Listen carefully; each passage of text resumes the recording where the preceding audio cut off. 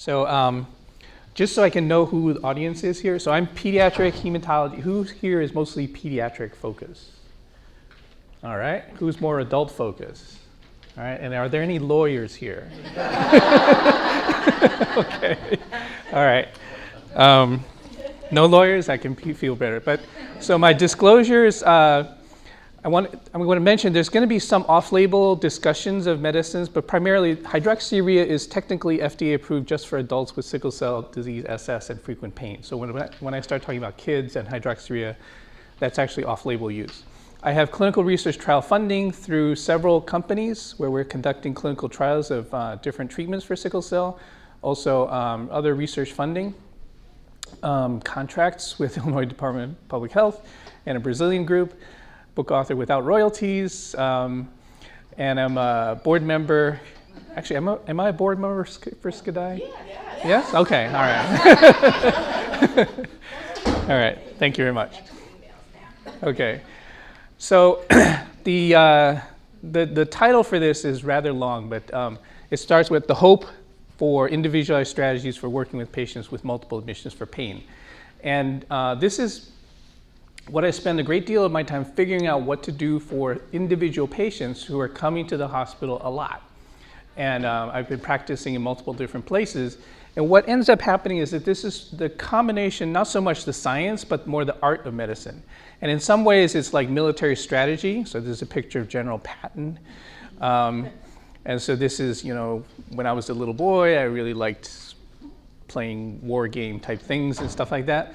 But as I've grown up, I've grown to appreciate other things. And you can see from my waistline, I like gourmet cooking. So the art of medicine is really more like the art of cooking now, I think, rather than the art of military strategy.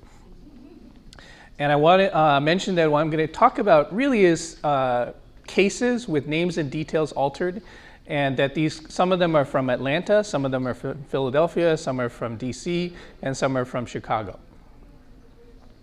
So ready? All right. So first is a case of a young lady who's about 5 years old with sickle cell disease SS and asthma with a baseline hemoglobin that's sort of average for sickle cell.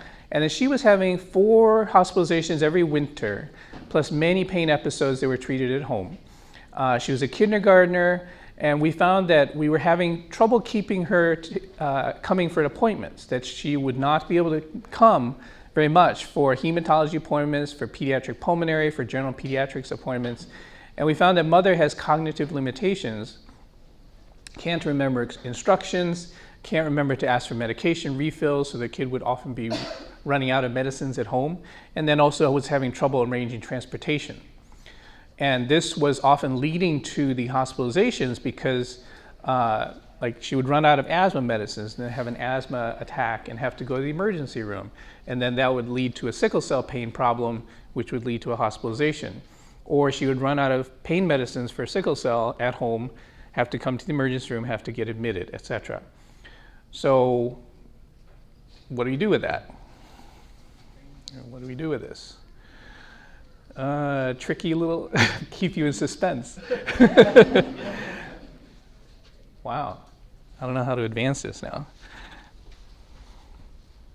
Okay, so one thing is to try to do asthma control. And so asthma is now known to be a risk factor for sickle cell, especially acute chest syndrome, but also for pain.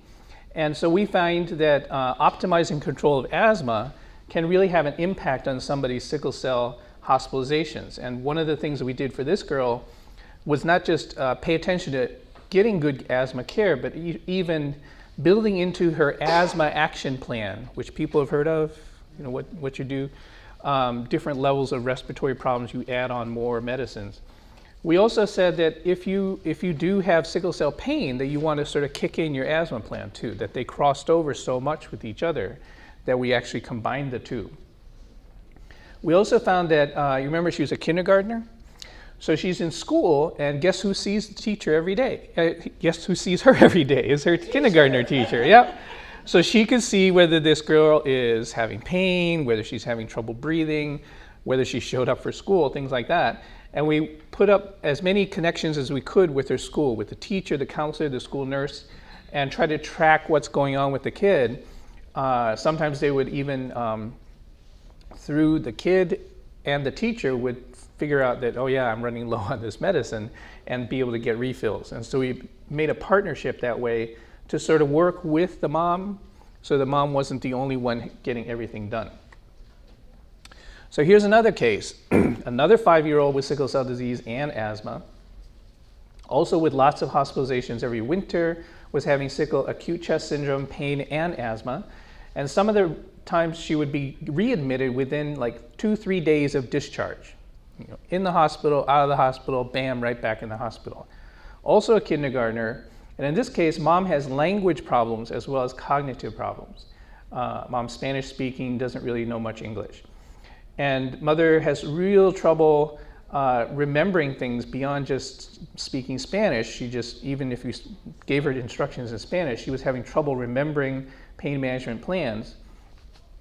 And then when the girl got asthma treatments, we often found that she would get sort of typical asthma treatment that included a pulse of prednisone, a pulse of steroids, and then stop the steroids and then go on with your life. What we found for the one part, for this mom who was having trouble organizing things, was that we gave her calendars with more visual cues.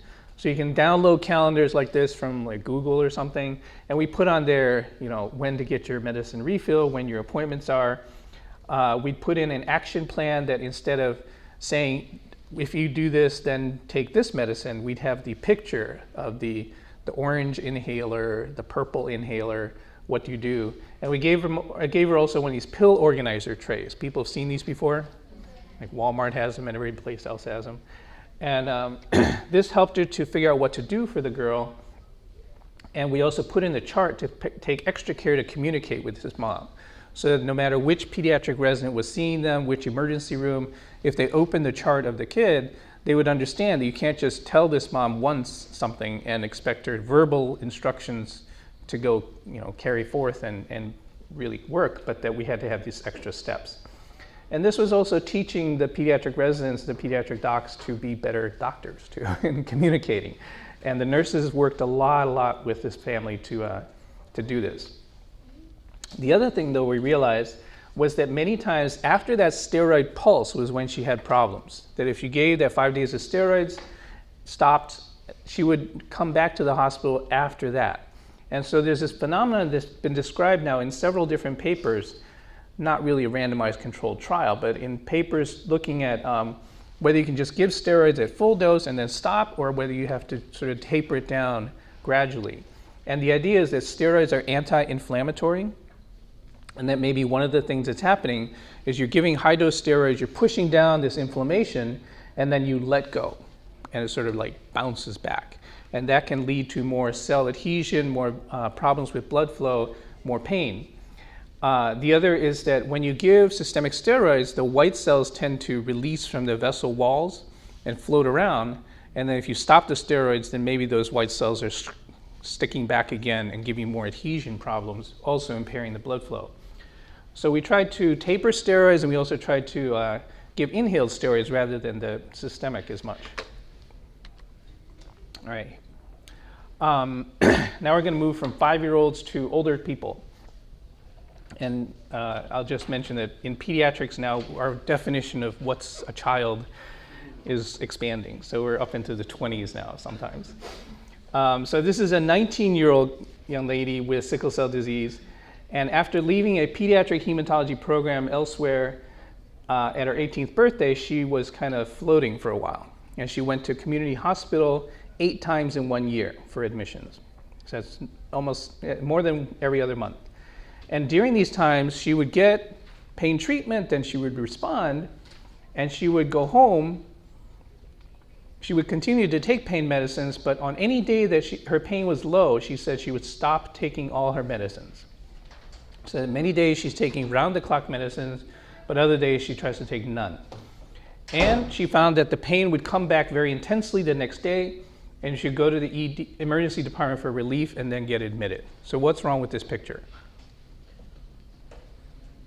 So she probably had a lot of opioid tolerance, and her system was like mostly full of opioids, and then she stopped and she was having some problems. So some of this could be opioid withdrawal, that the the medicines a lot of times have only a certain period of time in the body, and if you stop them completely, then all of a sudden your body's receptors are all saying, what happened? And you get pain and all kinds of unusual symptoms. So for her, we've tried to taper opioids also, not just stop abruptly completely, and then also tried to put on some long-acting opioids. So these are including things like extended release morphine, extended release oxycodone, methadone, and also transdermal fentanyl. So these are all tools for somebody who has pain that requires treatment most days of the week, and then you can adjust them a little bit. Yes, ma'am? For methadone, is that highly used for the long-term treatment? Because I know of someone who was on the regular medication, and then when they notified the doctors that their insurance had changed, and they put them on methadone, their whole life changed to so much better. For 10 years, they've been on the expensive narcotics. And then when they went to methadone, because they were in the hospital every month, sometimes 2 times a week, quality of life, unbelievable. And then now that they're on methadone, they haven't been in the hospital for the first time in 2 months. Excellent. So That's great. Is methadone, is that one of the first lines of treatment, or do they kind of wait until much later down the line to use methadone? Yeah, I wouldn't say it's first line treatment, but if somebody is seeing the patient in continuity, so it wouldn't be something like an ER doctor would prescribe you methadone. That would probably not be good at all. Probably the regular medicine for long periods of time. Right, and some doctor who's working with you on a big picture to see what's happening with the pattern. Yeah. Yes? If we can hold, that was a very good question. If we can hold the questions until after the end of the Okay. presentation. All right. Thanks. Okay. Here's another case. This is a 15-year-old with sickle cell who was transferred care to our center after 4 hospitalizations that averaged 3 weeks long at a time, with no decrease in the level of pain ever during her hospitalization. She was an honors student. She was tearful about missing school, and her mother was expressing frustration that care of this teenage girl was interfering first with care of her own pregnancy, mother's pregnancy, and then the newborn baby sister after that pregnancy was, after she delivered with that pregnancy. So what kind of things do you think are happening here? Yeah. Yeah. So, so certainly she was having some sickle cell pain, but also she was having a whole lot of emotional stress. This girl was kind of being neglected by the mom, all of a sudden being substituted by a new baby sister. And later, actually, the mom had this girl become the babysitter for her baby sister and kept her out of school some. It's altogether like Cinderella story or something. But what we had was we had some health psychologists meet with this girl to do 2 different kinds of approaches. One is called cognitive behavioral therapy. People heard about that? That is trying to manage your symptoms, trying to steer yourself in a way that you can handle things as they come along. Some of it is progressive relaxation. This is a very classic tool where you say, okay, I'll relax my arm, I'll relax my fingers, I'll relax my breathing.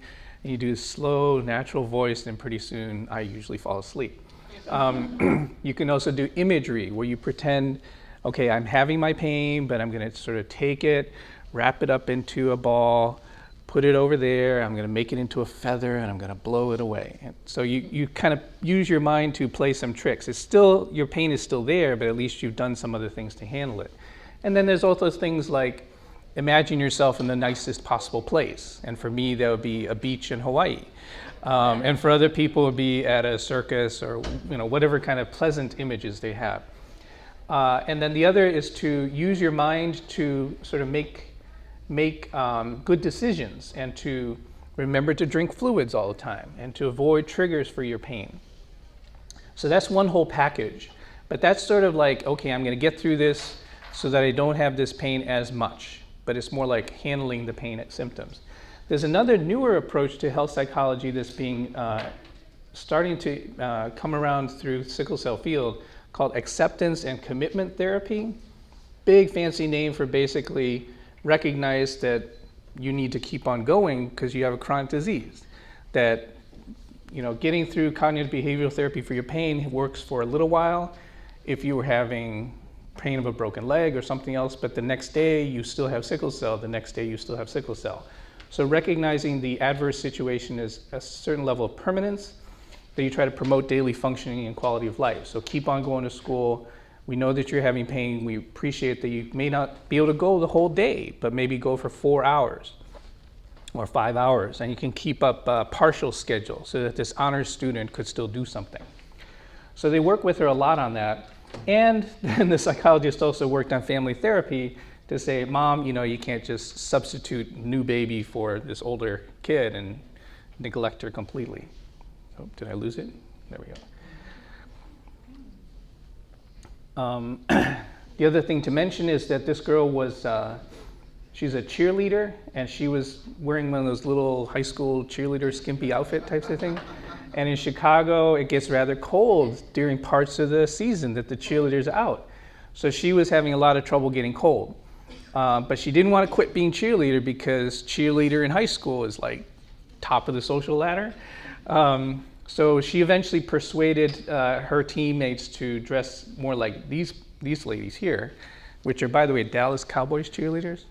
And so, they have other outfits too.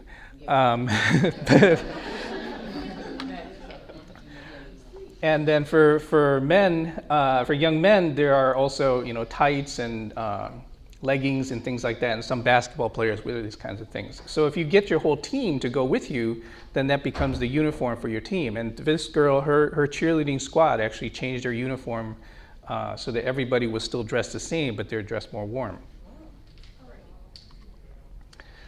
All right, here's another case. This is a 20-year-old young lady with sickle cell disease and spina bifida. This is a congenital malformation of the spine and the nervous system. Because of the spina bifida, she's wheelchair bound, she has cognitive delays, and she would have about 4 hospitalizations per year for sickle cell, and many times her sickle cell pain was in the back, which is a very common place for sickle cell vaso-occlusive pain. We found, though, that as she went on through her hospitalization, constipation became a big problem, and constipation was giving her back pain as well. So if you ask her, where's your pain? She said, it's in my back. You didn't have to figure out, is it your sickle cell pain or is it your constipation pain? And how bad was her constipation? No stool for like 7 days at a time was fairly common. And part of this was related to what we were doing with her. Because what happens when you give opioids to somebody, right? So you get constipation. And opioids slow down gut motility, and bed rest slows down gut motility. But because she has spina bifida, she also has motility problems from that. And we found out after a little bit of questioning that her baseline at home was to get 2 enemas, or every other day get an enema. And we weren't doing that in the hospital. And so we found that we were like doing less for her at home, in the hospital than she was at home. Once we instituted that plan, she had much less problems with her gut. And this would shorten her hospitalization because we were spending like an extra couple days trying to deal with the constipation part. We also tried to adjust her IV opioid medicine so she wouldn't constipate quite so much. And these decreased her hospitalizations. I try to teach the pediatric residents to anticipate some of these things, not like, oh, she's got constipation now after 6 days. And I never thought of that. I didn't know morphine gave this side effect. So we try to basically have a reflex that if you're starting to write medicines, round-the-clock pain medicines, think about constipation, think about itch, think about atelectasis, that you need to give people who are bedbound incentive spirometry to coach them to take deep breaths. And not just lay in bed all the time, but at least get vertical, like sitting up with your legs dangling over the side, so that the position that God made us to work better in for breathing is vertical. If you're a mouse, you could be horizontal, but if you're human, your lungs work better vertical. And then there's certain ways that you can actually sort of adjust or avoid some of the opioid effects. Now, bufene, which is agonist-antagonist, Nubane is the brand name, can be sometimes used, and in Atlanta it's extremely popular to use that for sickle cell pain. Ketorolac, which is IV nonsteroidal anti-inflammatory drug, can be highly, highly helpful. As you get more renal problems, however, into adulthood, it gets to be a trouble. And so many times my adult hematology colleagues just slap me and say, "You silly pediatrician, you're just killing all the kidneys with your nonsteroidal medicines." But they work very well. So we taper the nonsteroidals down a little bit, and we watch very carefully. For itch, people heard of very low-dose naloxone infusions? Anybody use that? Okay. So that for some places in Philadelphia, we would do that pretty much. If you order continuous infusion morphine for a PCA, you also order continuous very low-dose naloxone to counteract some of the itch and nausea side effects. And then for nausea, a lot of times we try to order ondansetron or metoclopramide before actually giving the dose, so you don't like give the medicine and say, "Oh, you're throwing up now, I guess I'll give you some antiemetics." All right. Next case is a young lady who actually is in the hospital now. 14-year-old with sickle cell disease, SS, also asthma. Do you hear this theme of lots of asthma? Yeah. I think the majority of my patients have asthma.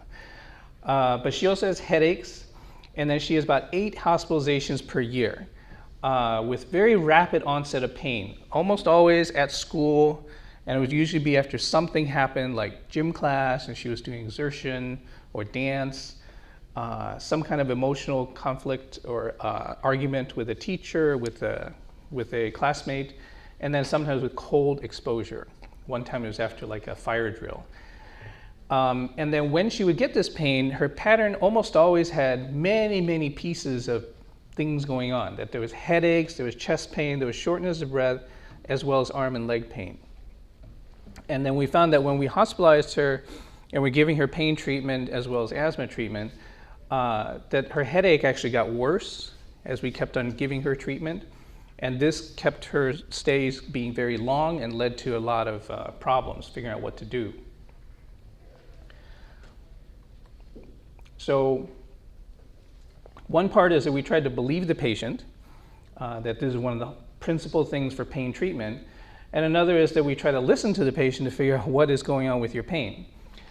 And so for her, as we listened to her more and more, it really seemed that the headache was a separate thing from her sickle cell pain. And that as neurology went to talk to her, they felt that she had migraine, and that what we were confounding together was sickle cell pain treatment, a sickle cell pain in the skull rather than what she was actually having was migraine. And what neurology said was, well, you can use different medicines for that. Instead of just opioids, you can use nortriptyline, gabapentin. You can use this Benadryl, Reglan protocol where you stack them up in doses very quickly and try to break the migraine. And this is all from the neurology specialist. And they also suggested to us that if you keep on escalating your opioid dose, you will probably make your migraine worse. And so like, oh, causing harm with my treatment, that's not good.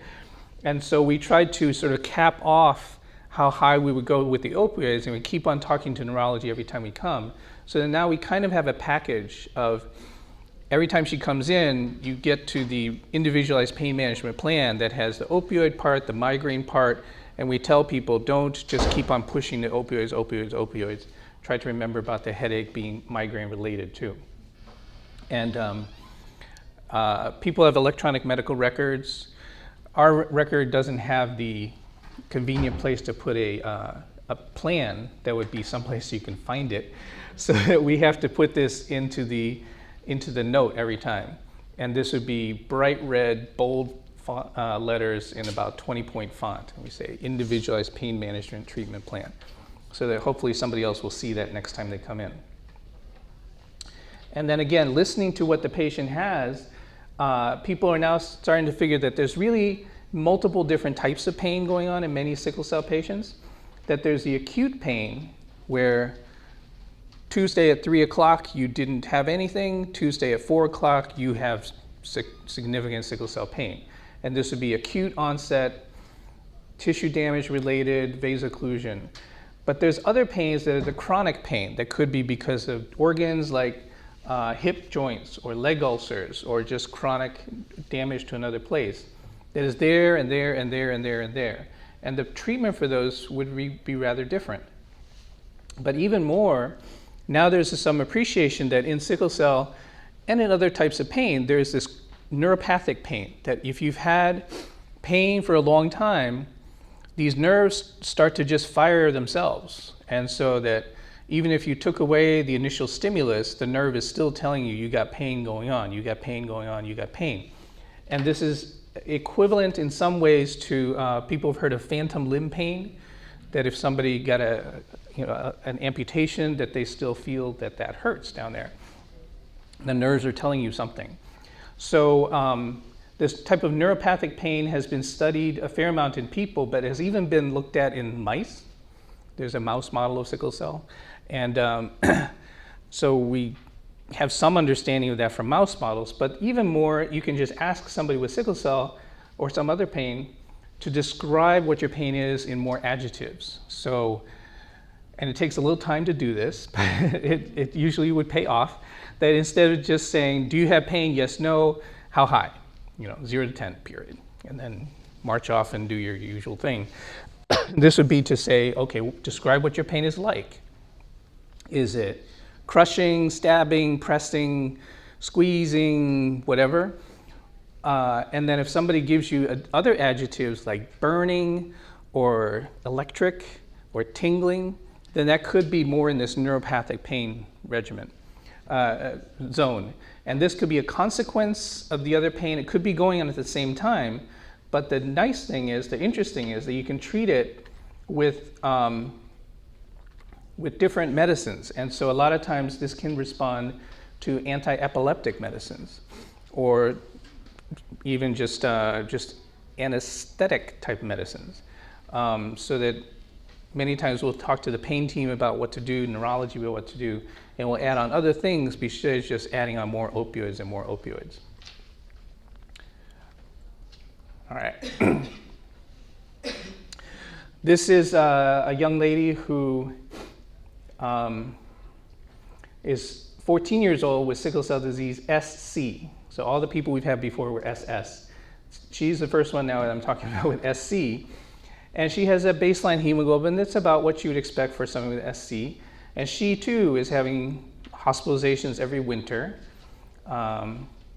Plus many pain episodes that are treated at home. So she's got lots of absences. She too is a cheerleader, very high functioning young lady, and wants to continue to do well in school and go to college. And so her family is coming to us on referral, where her other doctor said, well, you have SC, I can't give you hydroxyurea because it's not FDA approved for SC. What am I going to do with that? So it's true, FDA approval is just for SS type, but like I said, off-label uses include use in pediatrics, period, that's off-label. But many people are starting to use hydroxyurea for SC and for other indications, not just for pain. We also find that hydroxyurea does not have to be pushed to the very highest doses to have the greatest benefit. So for her, So for her, what we ended up doing was started the hydroxyurea at sort of a medium dose or so. Also talked to her about the cheerleading outfits and about wearing, longer pants and things like that. And with that, she had a marked improvement, and her mean cell volume, the red blood cell size, is somewhere around 115, 120. So that she's showing signs of red blood cells responding to the hydroxyurea even while having the SC type. And so these kinds of things, so far, to my knowledge, there hasn't been really a randomized controlled study of hydroxyurea for SC. You're going to talk about that, or?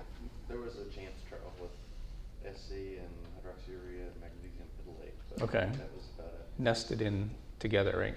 Yep. So it's not really widely known, but it's starting to be just sort of introduced. And so for her, it has been quite successful. She's traded off, visits to us for hydroxyurea monitoring instead of at a scheduled type of basis, instead of the unpredictable visits to the hospital for school absences. And previously she was qualifying for Make-A-Wish program because she has so many hospitalizations and stuff like that. After starting the hydroxyurea, she almost disqualified for Make-A-Wish because we cut down on admissions. She wanted to go swim with the dolphins. She did that. All right. Now we have another case. Yep. All right. So here's another young lady with SC, and she has psychiatric problems. Lives in a group home. Has a very, very frequent emergency department visits, twice a week or more. Almost all of them were in the middle of the night. She would show up there at like 10 or 11 o'clock at night. She would get treated. She would get released at 7 a.m. Since you've been up all night, can't go to school the next day, fall asleep in the afternoon, sleep the next, wake up in the middle of the night and things like that. And it totally messed up things. And then on top of this, many times she would get hospitalized, but usually it was ER visits. And she would state that the trigger for her leg pain is emotional stress, including things like arguments with her mother by phone or on a family visit, or with other residents of her group home. And she would be frequently impulsive with these emotional stresses, sometimes suicidal. And we tried different medications, we tried hydroxyurea, and all of that was unsuccessful.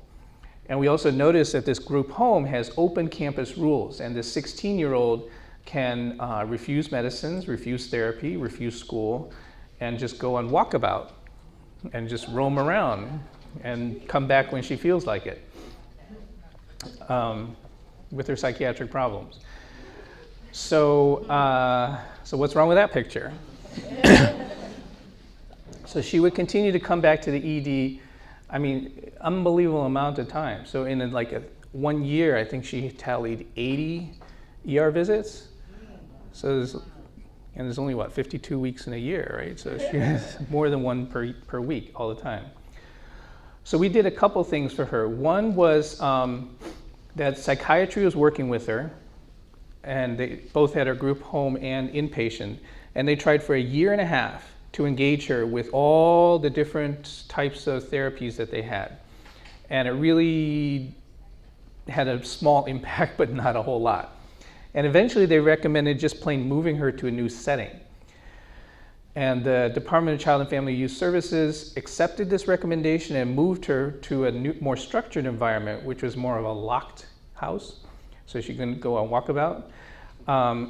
Had a new group of residents that she had the chance to start fresh and not start with arguments again.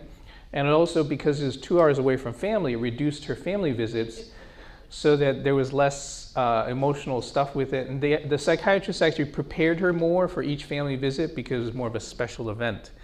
It was more like a holiday instead of just a routine thing. I'm going to see my mother and argue with her again. And again, her arguments were not normal teenage arguments. These are psychiatric patient type arguments. So with this new setting, she engaged in more schoolwork and made new relationships.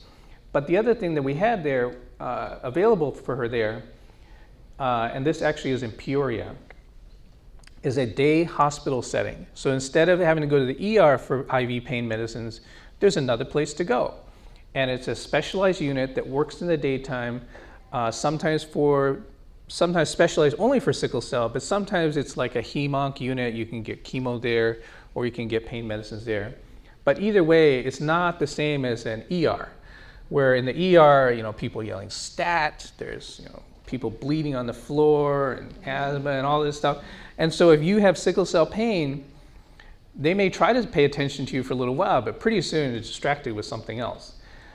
And so in a more specialized setting like this, in a day hospital, they can use more individualized pain plans. They can pay attention to you pretty closely.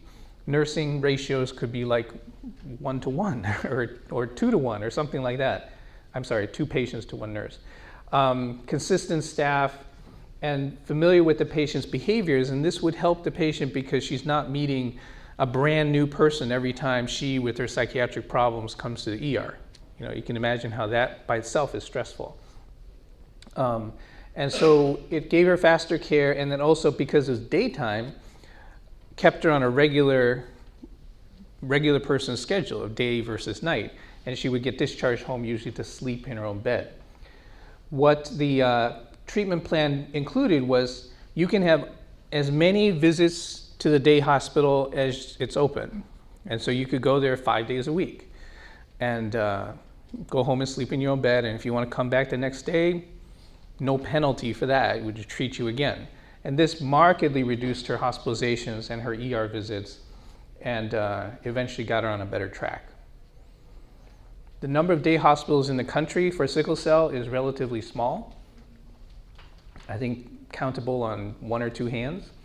And some of them are actually getting closed because of cost considerations. So these are some of the things where trying to figure out what to do for advocacy. One of the things would be to continue to advocate for day hospitals.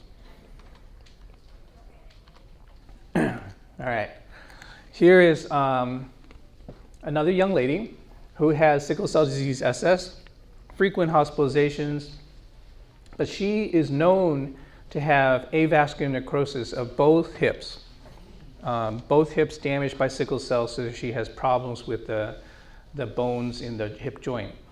And because of this pain, she was having a lot of disability, not able to walk, not able to stand very well, not very comfortable, basically all the time she was having pain. And she would have chronic long-acting pain medicines at home, but then sometimes that was not quite enough and she would get admitted. And when she would be admitted, she would stay for like 2 weeks at a time, not really get better very much, and then eventually just grit her teeth and go home. And for every holiday, she would go home, and for many family events, she would try to make it to home, but then she would be back in the hospital again because her pain was so bad. And again, most of the pain was from these hip joints. So what do you think about that? Okay, so we thought, well, yeah, maybe see orthopedics again. So the orthopedics plan was, well, you're only 19. If we do surgery on your hips, what are you going to do for the rest of your, 2, 3, 4, 5 decades? But basically, her life was on pause, waiting for the orthopedist to do something. And so eventually, she and the orthopedist came to an agreement that she would have one hip with what's called a decompression procedure to try to decrease symptoms, but the other hip, she went ahead and had a total hip replacement at age 19. And this combination of both hips getting work done gave her no more chronic pain. So yes, she has a total hip replacement on one side. She'll probably have to get it redone later, but now she actually can get on with life and can do stuff, and her frequency of admissions markedly decreased. And she went to work and she plans to resume college. She's able to get on with things. So this is an example of trying to, again, listen to the difference between acute pain that's going to be treatable and then go away versus chronic pain where really nothing's going to work until she has something orthopedics done. All right, here's a young lady who has S beta plus thalassemia. So, quote, one of the milder forms of sickle cell. But her sickle cell was giving her a lot of problems. And so she was having chronic pain. And she was depressed because of her chronic pain. And she would be admitted every month, again, for the majority of the month. And she was in the hospital every single holiday, and her room was always dark. And she was wearing black, and she was like depressed. You walk in the room, it's just like, oh. And she was quiet, and she never wanted to do anything. And she's just been down for a long time. So psychiatry was seeing her, trying to treat her for depression, but mostly she was also depressed that she was having this pain. So what got her out, this is a minor miracle, but she liked to write poetry in her room. And she wrote some poetry that got published first in a patient newsletter and then a poetry website. And she got so fired up about this that she went on to enroll in community college for like studying English and poetry. And at college, she found a boyfriend. And she started putting on makeup, and she wore brighter colors. And she still was having pain, but she decided to just get on with things and hardly ever came to the hospital anymore. So I think really it was a minor miracle that she got to find this outlet. So that having something to live for was really making a difference for her, in addition to the psychiatric medicines and the pain medicines and stuff like that. So even having the S beta plus thalassemia doesn't mean that you have no pain problems.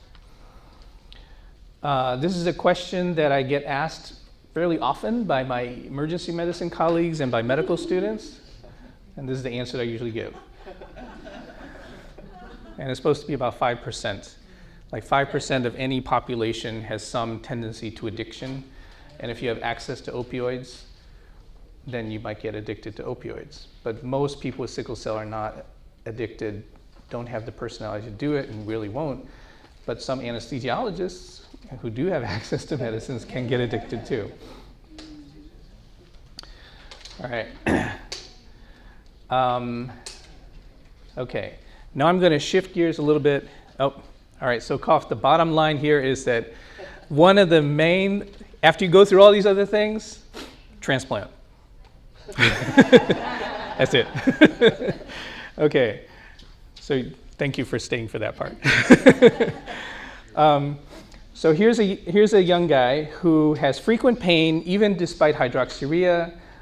He had a transcranial Doppler that was abnormally elevated, so he got put on transfusions, and then he actually was found to be eligible for bone marrow transplant. He had an HLA matched sibling, but because this 9-year-old needs to have both parents available for him for a transplant, we were investigating the family situation. We found, oh my, these parents are getting divorced, and they're about to move to different households or different cities. How are you going to keep things able to have a transplant? You're about to disqualify your kid from having a transplant. So the sickle cell psychosocial team met with this couple and found out that even though they really still didn't like each other, they wanted to support their child through, and they got marriage counseling, and they basically held it together long enough for the child to get through transplant. And then eventually they did divorce, but he was cured of his sickle cell. And now he moves from one household to the other. So sometimes, trying to work through what the eligibility criteria is and not completely disqualify somebody is a helpful thing. But psychosocial support is very necessary. And then here's another case of transplant. So here's this 15-year-old with sickle cell disease, SS, and stroke on chronic transfusion, and also known to have an HLA matched sibling. So for 5 years, family knew about this possibility for a transplant, but deferred it because they were worried about 2-3 different things: infertility risks, needing to miss school for transplant, and the fact that on chronic transfusions he wasn't having a whole lot of problems. But he also wasn't taking his iron overload treatment, his iron chelation, and so he developed pretty severe iron overload, and pretty soon he disqualified himself from transplant because of the iron overload. And as time went by, he went into puberty, and with puberty sometimes your sickle cell picture changes, and his changed in a way such that even though on chronic transfusions he was having frequent pain episodes, back pain, leg pain, head pain, and would be admitted every month for about a year. We also did intensive psychosocial pain management for him. We put him on long-acting medicines. We tried combining hydroxyurea and transfusions. All of that really still wasn't working. So what do? There's another kind of transplant. So that this is a newer approach to transplant than there was before. Previously, all the bone marrow transplants for sickle cell were pretty much using the same approach as for cancer, that you need to wipe out every single host cell in the marrow in order to get a transplant in. But that's really not necessary for sickle cell. So there's other protocols now, which I think we're going to be going over later, but this is just a brief plug, that he could have this non-myeloablative type of approach, which allowed people with iron overload still to have a transplant. He was he knew about this. He was gritting his teeth saying, oh, I'm going to go through this horrible process called bone marrow transplant. I'm going to write a blog about all my bad experiences so I can have an outlet. He had the most boring blog ever because nothing happened during his transplant, bad. And he just had a smooth course and became pain-free. And then later he had phlebotomy to reduce his iron overload, and he's doing fine. So that's one other thing. So frequent pain, one of the solutions is bone marrow transplant. And I'm going to blow through this really fast. We've had non-myeloablative transplants in different protocols. NIH now has done 26 adults with about 90% success rates or better.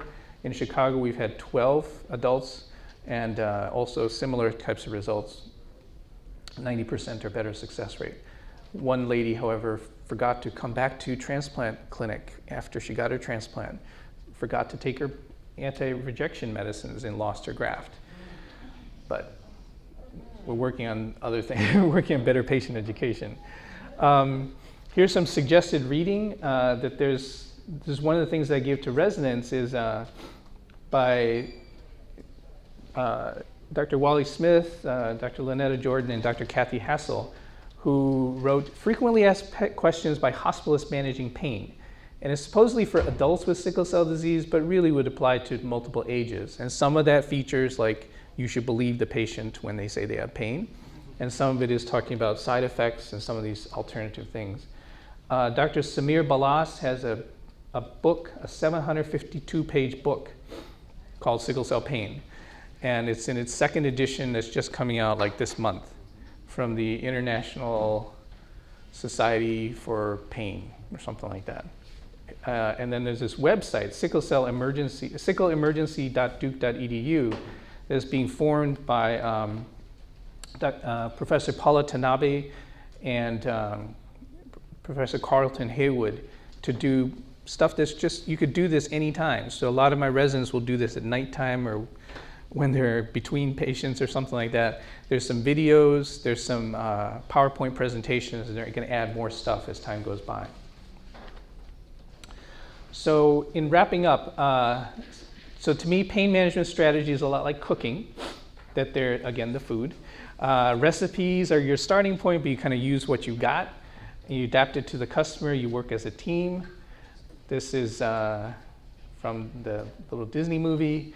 And that overall, the future looks bright for sickle cell because on the one hand, we have new studies going on to have more treatments, more types of transplant available, and gene therapy is still on the horizon as something that's coming. So here's my summary of the menu, and how am I doing with time? We can take questions. Thanks very much. Okay.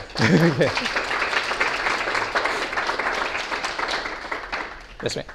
How many of the patients you talked about were on hydroxyurea really having symptoms with hydroxyurea? Probably 85–90% of the patients were already on hydroxyurea and we were having these issues. But there was one or two where I said, you know, the start of hydroxyurea helped make them markedly better. One or two, but I wasn't sure whether you Yeah. had been treating the other ones with hydroxyurea. Right. So at our center, probably somewhere between 20 and 40% of the patients are on hydroxyurea. And in different places across the country, it's different levels too. And I think you're going to talk about that later. Yes. The patient that had 2 emergency room visits per week and then was given kind of free access to the day hospital, what was her visits at the day hospital? And like over time, you know, because it's changing their quality of life, but it's not really changing necessarily a lot of the care that we're giving them. I mean, still, we have plenty of patients that come in very, very frequently, and I ask myself the question, am I treating chronic pain with IV narcotics, or, you know, how much of this is really acute crisis, and how do I sort this all out? And I treat them anyway. I mean, I have the fault to treat them anyway, but at the end of the day, it's just, sometimes it's unsettling to me to feel that way. Yep. So I think that the plan at the day hospital visits usually was sort of rapid sequence. Within 30 minutes of arrival, you get some pain medicines, which is maybe how long it takes to register in an emergency room. And then often you would get a second dose within another 30, 45 minutes or something like that, and then another dose. So within 3 hours, maybe she'd had 3 doses in. and often was able to decide, oh, am I okay enough to go home, or do I need to stay in the hospital? And so that compressed things so much that she was able actually to go to school for half a day and then come to the day hospital or something like that. And it did gradually get her from five days a week day hospital to 4 days a week to gradually tapering down and spending more time doing other things. So that I think that her quality of life did not instantly improve at all, except that being able to sleep in your own bed probably still is better than sleeping in the hospital. And then it took a while for her to really have the rest of her other activities, such as school, catch back up again. So it was a long, long process. Progress measured in 6-month chunks or 1-year chunks. But having that resource was very, very important because there was no other way to do that. I should mention there was one patient I tried home IV treatment.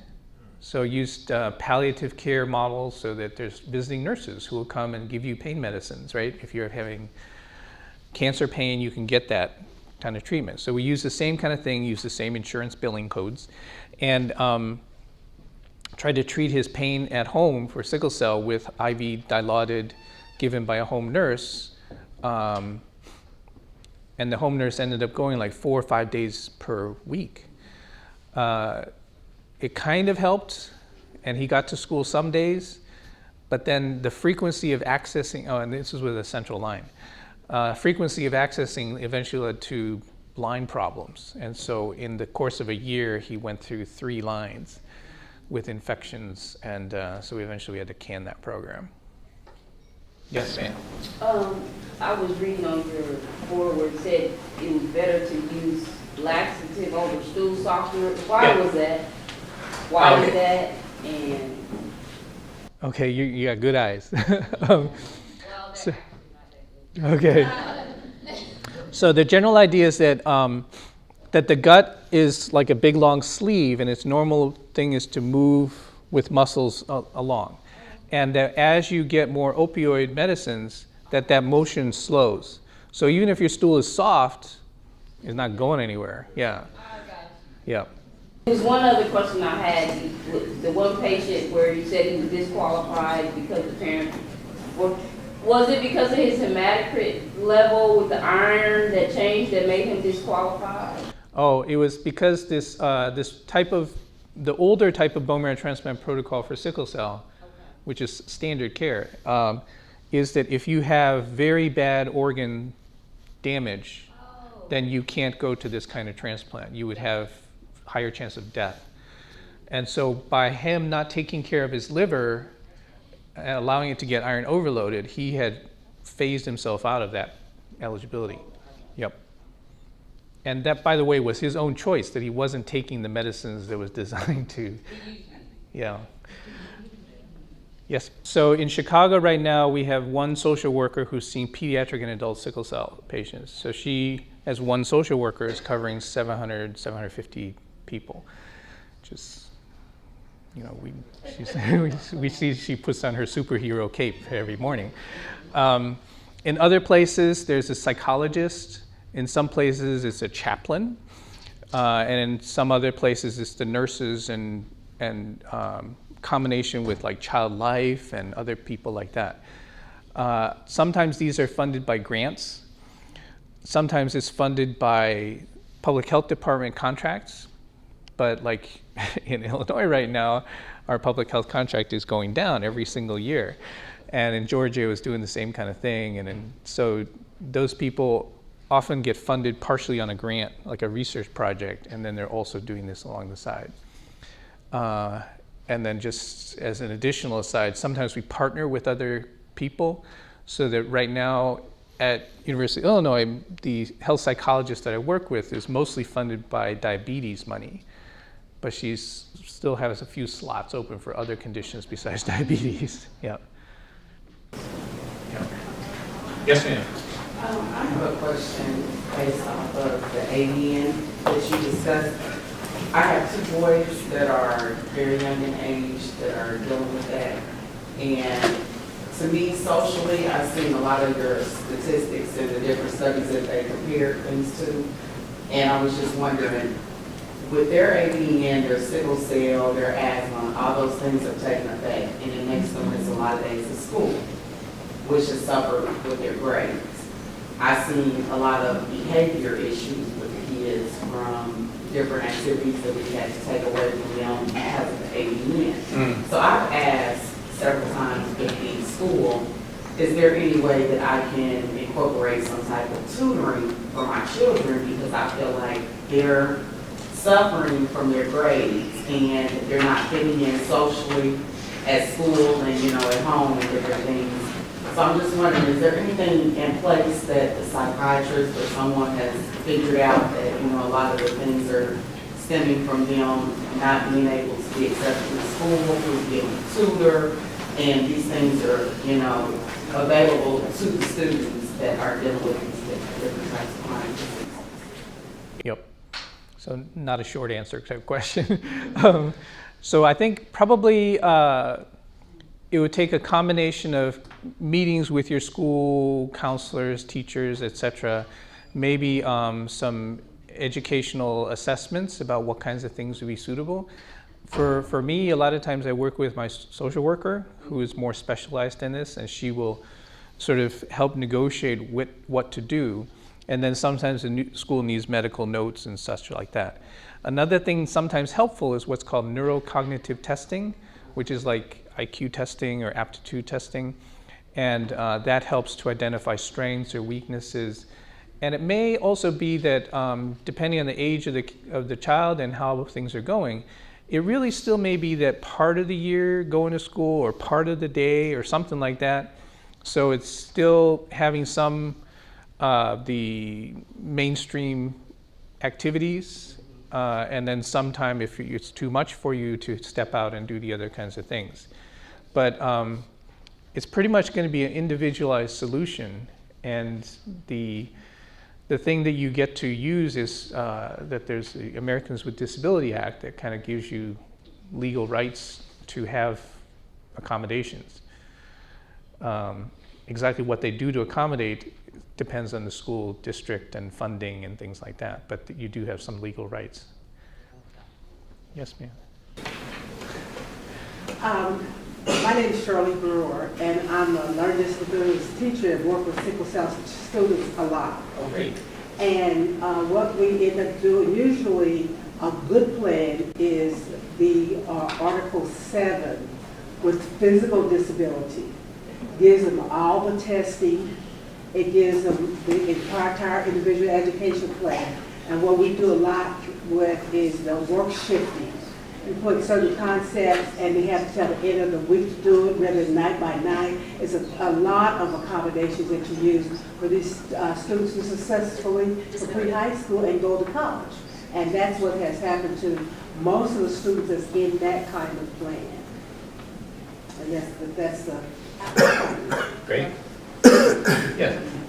Okay, one more. Was it? Yes, ma'am.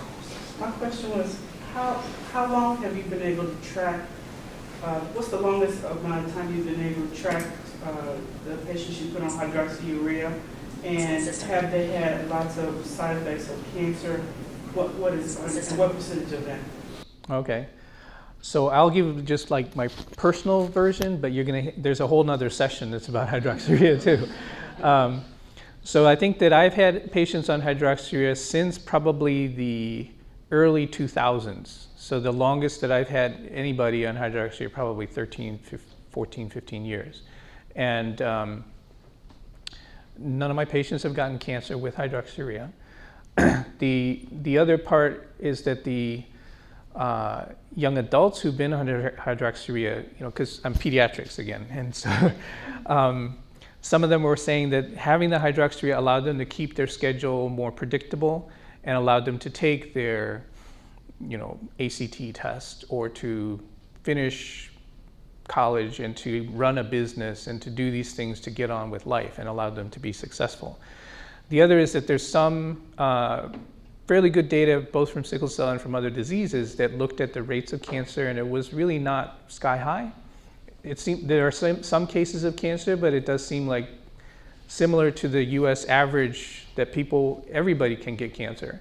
And so that rate did not seem to be higher. So I think you're going to give more detail about that later? I actually don't have any slides on. Okay. All right. Okay. All right. Thank you very much.